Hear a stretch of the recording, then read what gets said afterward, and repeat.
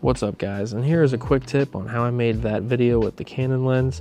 The first thing you're going to need is a white backdrop. I got mine at the dollar store. It's a white piece of foam board for $1.25. The next thing you're going to need is to make the foreground white, and I used copy paper I found lying around the house.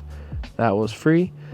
And I got my electric turntable off of Amazon for about $17 and not crazy expensive. The next thing you're going to need is to power it. I use my power bank. You can plug it into a wall outlet as well. I just didn't have one near me. And after all said and done, you're also going to need a light source. And I use the window next to me, which is completely free.